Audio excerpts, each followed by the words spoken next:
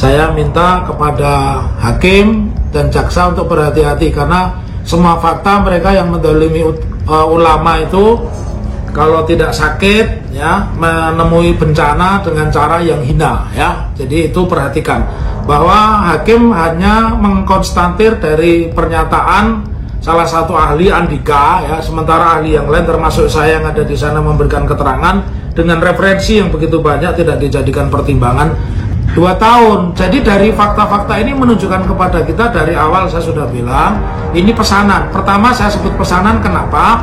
Awalnya didakwanya bukan pasal menyebar hoax ya. Awalnya didakwa itu penistaan terhadap agama.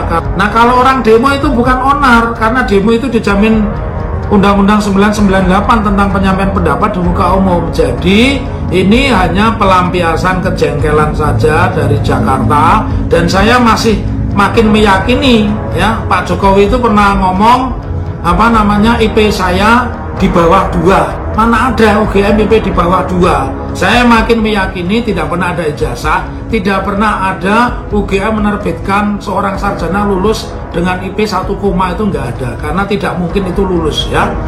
Vonis Gus Nur ini vonis politik pesanan Jakarta belum pernah ada di dalam sejarah pemerintahan Soeharto, pemerintahan B.J. Habibie itu presiden yang paling demokratis, kemudian kepada Gus Dur, kepada SBY, bahkan Megawati pun nggak pernah pasal itu diberlakukan dengan sedemikian sadis. Jadi ini bukan pengadilan hukum, tapi pengadilan politik. Mari gunakan akal pikiran, gunakan akal sehat untuk melihat sesuatu.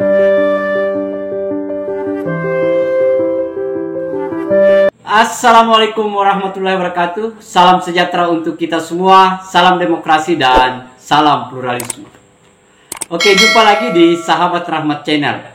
Nah, untuk kali ini sahabat-sahabat itu ada sedikit lucu dan sepertinya dia belum move on sahabat-sahabat atas vonis Majelis Hakim 6 tahun penjara. Dia menganggap ini hukuman yang begitu berat dan kesaksiannya waktu dia menjadi saksi ahli di persidangan itu dianggapnya tidak dijadikan sebagai bahan pertimbangan untuk meringankan si Sugiknur. Dan dia mengancam bahwa majelis hakim harus hati-hati karena orang-orang yang melakukan kriminalisasi termasuk jaksa dan majelis hakim itu konon kabarnya akan mati mengenaskan. Nah itu sahabat-sahabat. Nah untuk lebih lengkapnya sahabat-sahabat, mari kita lihat videonya. Siapapun yang mendengar dan melihat video ini, saya minta untuk disebarluaskan ya bahwa hari ini di Pengadilan Negeri Surakarta tertanggal 18 April 2023 Gus Nur dijatuhi hukuman 6 tahun atas tuntutan jaksa penuntut umum 10 tahun kaitannya dengan pasal 14 ayat 1 ayat 2 dan 14 dan pasal 15 peraturan pidana nomor 1 tahun 46. Menurut saya ini satu tragedi, ini satu musibah dan saya yakin doa orang terdolimi itu dikabulkan ya.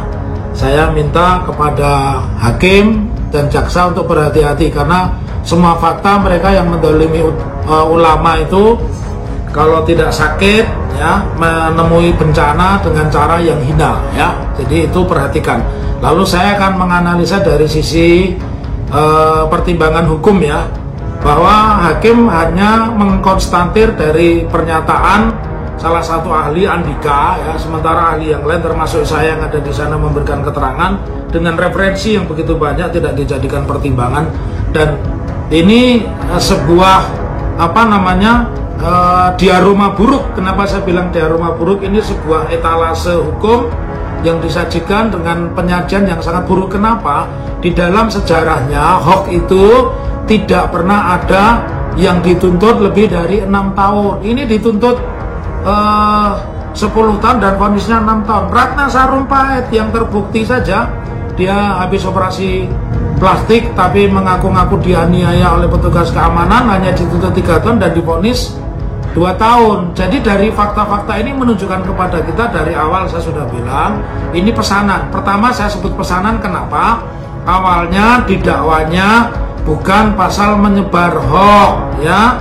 Awalnya didakwa itu penistaan terhadap agama karena menjadikan sumpah ya mubahalah itu dicari-cari unsur pidana, tapi tidak kena. Udah tanya kemana tidak kena.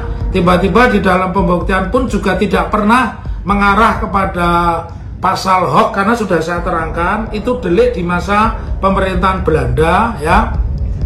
Artinya delik itu ditujukan kepada inlander supaya bikin onar. Nah kalau orang demo itu bukan onar karena demo itu dijamin Undang-Undang 998 tentang penyampaian pendapat di muka umum. Jadi ini hanya pelampiasan kejengkelan saja dari Jakarta, dan saya masih makin meyakini ya Pak Jokowi itu pernah ngomong IP saya di bawah 2. Mana ada UGM IP di bawah 2. Jadi dari pernyataan ini tetaplah para penasihat hukum dan ahli warisnya Gus Nur termasuk Gus Nur satu berdoa ya, semoga yang baik diberikan tempat yang baik, yang dolim ya dihukum dengan hukuman sesuai dengan orang dolim ya. Saya makin meyakini tidak pernah ada ijazah, tidak pernah ada UGM menerbitkan seorang sarjana lulus dengan IP 1, itu nggak ada, karena tidak mungkin itu lulus ya.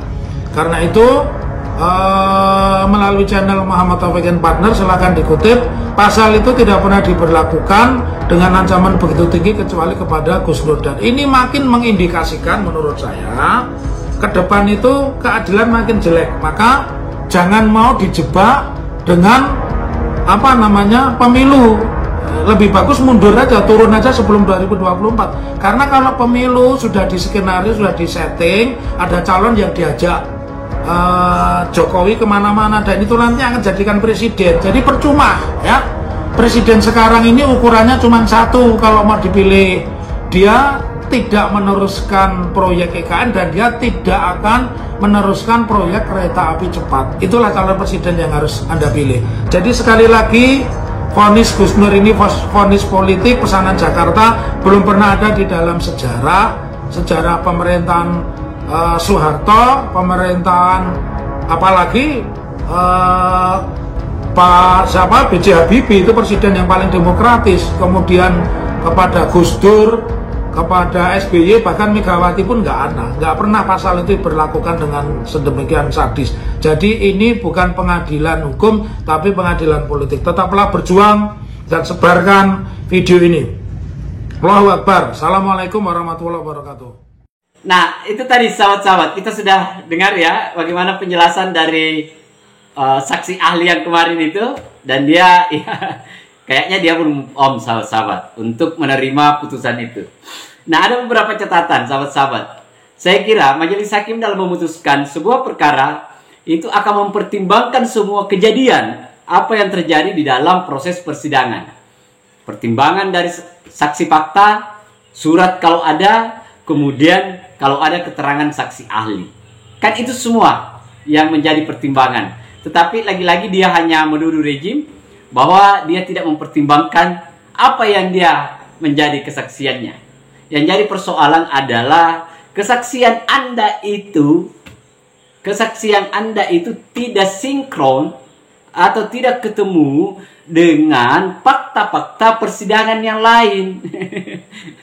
Kan itu. Jangan bilang bahwa kesaksian Anda tidak dijadikan sebagai pertimbangan. Majelis hakim pasti mempertimbangkannya. Yang jadi masalah, apakah kesaksian Anda itu sinkron dengan kesaksian atau fakta-fakta yang lain. Nah, itu sahabat-sahabat. Tetapi karena begitulah kerjanya orang-orang yang sering nyinyir, sahabat-sahabat. Jadi susah. Kita biar mau menyampaikan apa, dia tidak mungkin mengubah apa yang dia pikirkan, sahabat-sahabat. Terima kasih banyak. Akhir kata dari saya, Assalamualaikum warahmatullahi wabarakatuh. Salam demokrasi, salam pluralisme, NKRI harga mati.